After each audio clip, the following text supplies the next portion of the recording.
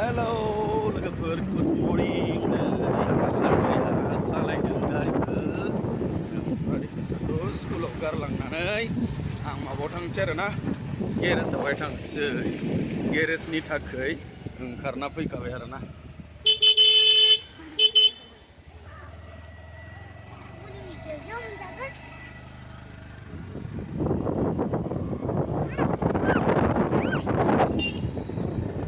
जागायानो थोआ थोआ जादों जा लावदुमानो लाजोब्बाय जागाखौ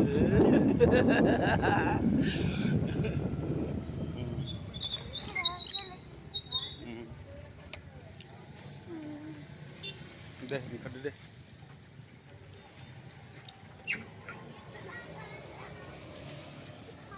बेगफोरा लादो मोजां लिर दै मोजां फराय दै आरो बाहेरायाव गेलेबाय थानाङा दै दै बाय बाय खालामदो दे मुनि मोजां बाहोना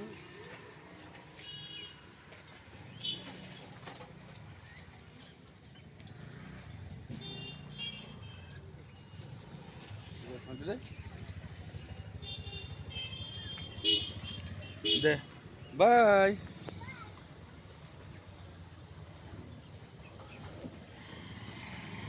आंबो थांसै गेरेजावहाय बाय बाय